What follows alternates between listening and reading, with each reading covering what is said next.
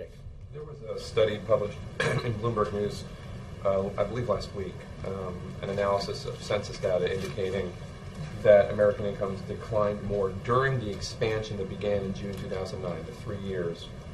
They went down, the median household income went down 4.8%.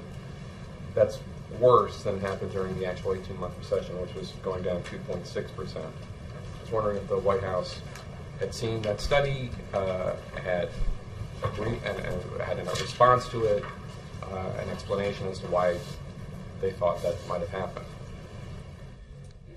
Well, Jake, as you know, and as I just mentioned, the problems that the middle class has been encountering have predated the recession.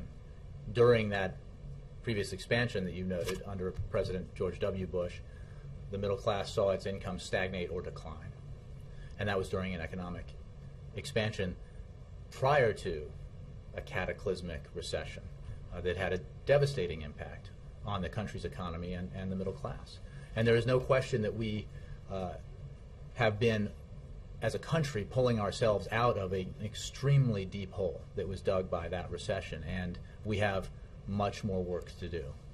Well, why did median household incomes go down more after the expansion began than during the actual recession? Well, again, I think that the fact of the matter is that when you look at a recession that included periods of economic decline on the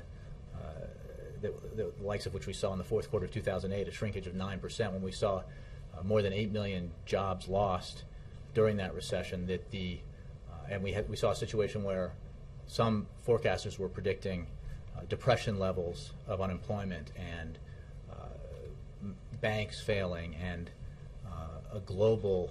potentially a global depression, that those circumstances required dramatic action, which the president took, and they have required consistent action as we pull ourselves out of that hole and continue to move forward. I mean, I think that the study you're citing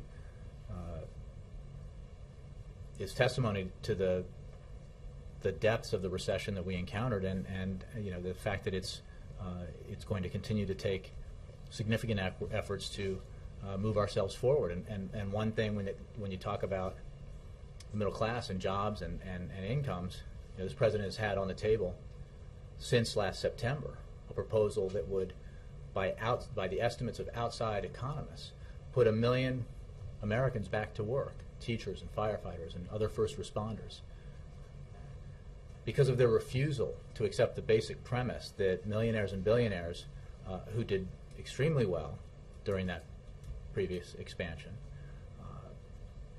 should pay a little bit extra.